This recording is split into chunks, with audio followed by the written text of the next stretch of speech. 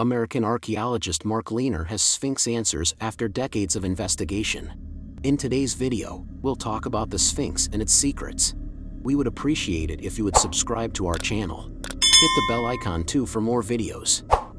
Lehner thinks Cayce witnessed Atlantis refugees bury their secrets in Sphinx's Hall of Records. Lehner determined that treasure seekers excavated entrance in Sphinx's rump after statue was completed. He joined Stanford Research Institute scientists employing cutting-edge remote sensing technology in 1977. After at least 5 significant restorations since 400 BC, he created a distinct image of the statue's surface. Lehner confirmed what others have suspected. Parts of the Giza structure are a gigantic holy mechanism that harnesses solar power. Workers constructed a horseshoe-shaped quarry in the Giza plateau and sculpted the Sphinx from a single limestone rock. One of the world's biggest and oldest monolithic monuments is 66 feet tall and 240 feet long. The scale was unprepared using images or drawings. Standing between the creature's paws, each twice my height and longer than a city bus, was humbling. I sympathized with cornered mice. Nobody remembers its name.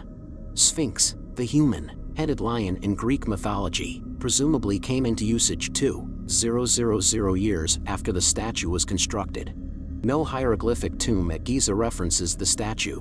The Egyptians didn't record history, explains Brown University Egyptologist James Allen, so we have no strong evidence for what its creators believed the Sphinx was. Certainly something heavenly, likely the figure of a ruler, but beyond that is anyone's guess. The statue's meaning is uncertain. However, inscriptions from the time mention Rudi, a twin lion deity who guarded the sun's horizon and the underworld's entrance. Though better kept than the monument, the face has been weathered and vandalized for decades. An Arab historian said in 1402 that a Sufi fanatic damaged it to repair certain religious mistakes. The face's prime is hinted at. Early 19th century digs unearthed parts of its carved stone beard and a royal cobra insignia from its hat. Researchers believe the Sphinx's full face was painted red because red pigment remains on the face. Lehner believes the Sphinx was painted in garish comic book hues. For thousands of years, sand buried the colossus up to its shoulders, producing a massive disembodied head on the eastern border of the Sahara. In 1817, Genoese adventurer Captain Giovanni Battista Caviglia led 160 men in the first modern Sphinx excavation. Sand flowed into their excavation holes faster than they could dig it out. Late 1930s Egyptian archaeologist Salim Hassan removed the figure from the sand. The Sphinx has so risen onto the landscape out of shadows of what looked to be an impenetrable oblivion, the New York Times said. Pharaoh Khafre governed Egypt during the Old Kingdom, circa 600 BC. Khufu, his father, erected the 481-foot Great Pyramid a quarter-mile from the Sphinx. French archaeologist Émile Barracks found another Old Kingdom structure nearby in 1925. Its layout resembles Mariette's ruins. Workmen removed limestone pieces from the Sphinx's ditch near Khafre's pyramid to create the Sphinx temple. Experts have believed Khufu or other pharaohs created the statue.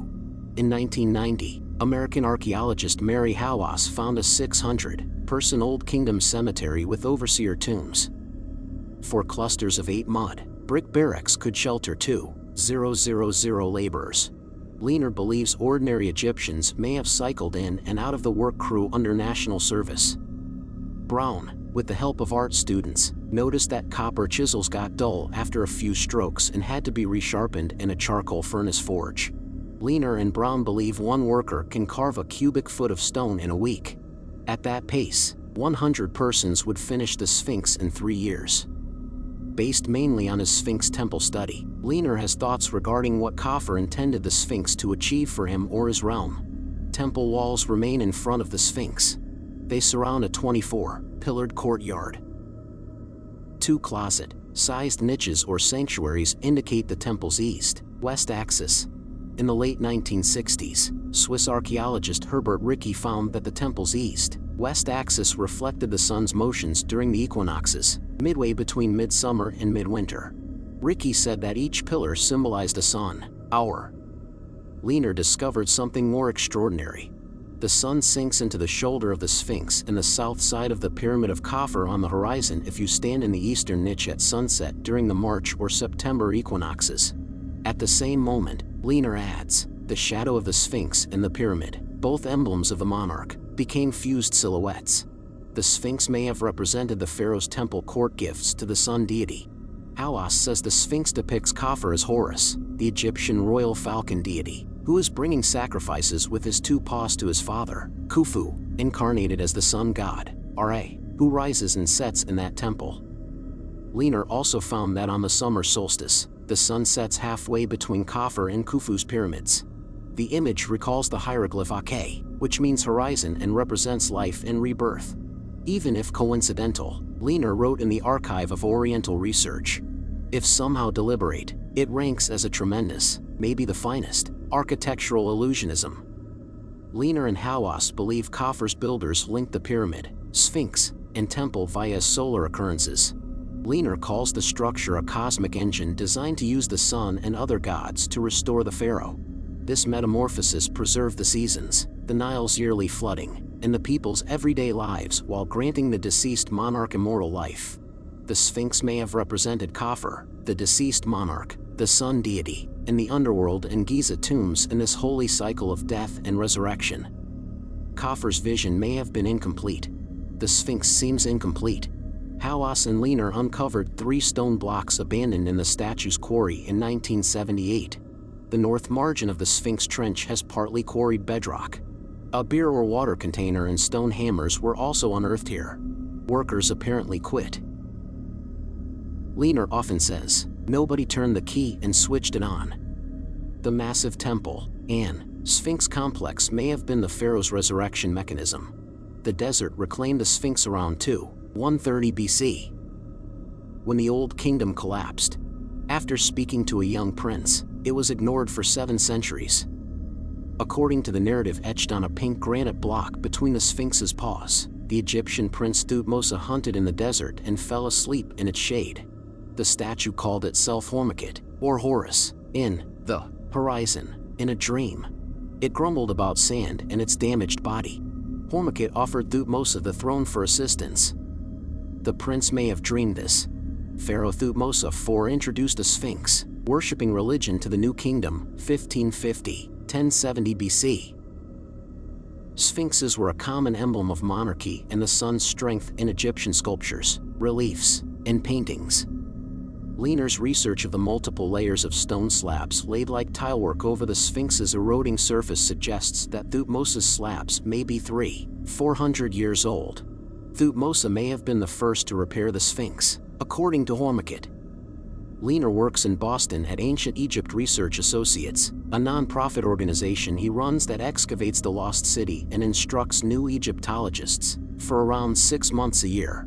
He laid up one of his several Sphinx maps during an autumn meeting in his office. He pointed to a spot where an ancient tunnel had cut through the monument and stated the elements had damaged the Sphinx in its early ages. Moisture degrades limestone and permeable rock. Lehner wondered how Giza's desert could have so much liquid. The Sahara was not always desert. The monsoon rains that blanketed the tropics moved north circa 500 BC. According to German climatologists Rudolf Cooper and Stefan Kroppelin's radiocarbon dating of ancient sites, in 7000 BC, barren sands produced rolling meadows and beautiful valleys, attracting settlers. Cooper and Kroppelin think the monsoon belt returned to the tropics and the desert re-emerged between 500 and 500 BC, ending the Green Sahara, 500 years later than previous hypotheses. Kroppelin's investigations showed that the desert climatic return took millennia. Rainfall decreased and dry periods increased during this transitional time. Recent study by Cambridge geologist Judith Bunbury supports this view. She found from Nile Valley sediment samples that climatic change in the Giza area started early in the Old Kingdom and desert sands arrived late. It clarifies several of Lehner's results. His lost city findings showed that some buildings had degraded to ankle level over 3 to 4 centuries. He realized, oh my God, this buzzsaw that took our site down is possibly what also corroded the Sphinx. In his perspective of Sphinx erosion, occasional wet periods dissolve salt deposits in the limestone, which recrystallized on the top, causing softer stone to crumble while tougher layers created big flakes that desert winds would blow away. Lehner claims the climate change transition scoured the Sphinx. Lehner calls it a working hypothesis. If I'm correct, this occurrence might mark a type of tipping point between various climatic states, from Khufu and Khafre's wetter circumstances to a considerably drier environment in the later decades of the Old Kingdom. The Sphinx and pyramids, epic achievements of engineering and architecture, were created at the conclusion of a particular epoch of more reliable rainfall, when pharaohs could assemble epic labor armies. Over the years, the terrain dried up and harvests became riskier. Provincial authorities asserted themselves as the pharaoh's central authority eroded, leading to civil strife.